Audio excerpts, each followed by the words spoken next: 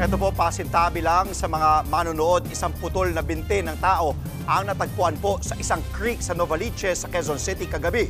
Nasa frontline ng balitang yan, si Hannibal Talete.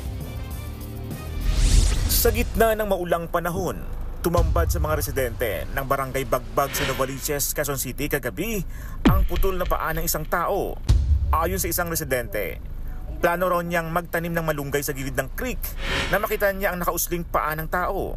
Nakita ko may paang nakasabay na kaganon. Sabi ko, inano ko yung kapitbahay ko, sabi ko, halika, tignan mo nga itong nakita ko. Tinignan niya, ay, oo nga paa. Tapos yun, may dumaan ng mga tao, nakiusyoso na sila. Agad naman ni-report ng mga residente sa barangay ang natagpuang putol na paa.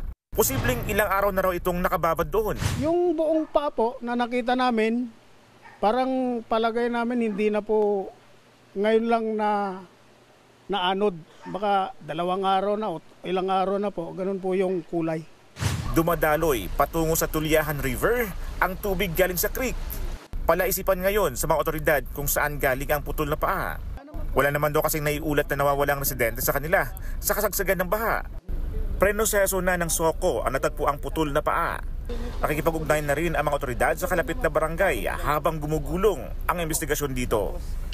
Nagbabalita mula sa frontline, Hannibal Talete, News 5. Mga kapatid, Andre Felix po, manatiling may alam pagdating sa mga mahalagang balita sa loob at labas ng bansa. Mag-follow at mag-subscribe na po sa social media pages ng News 5.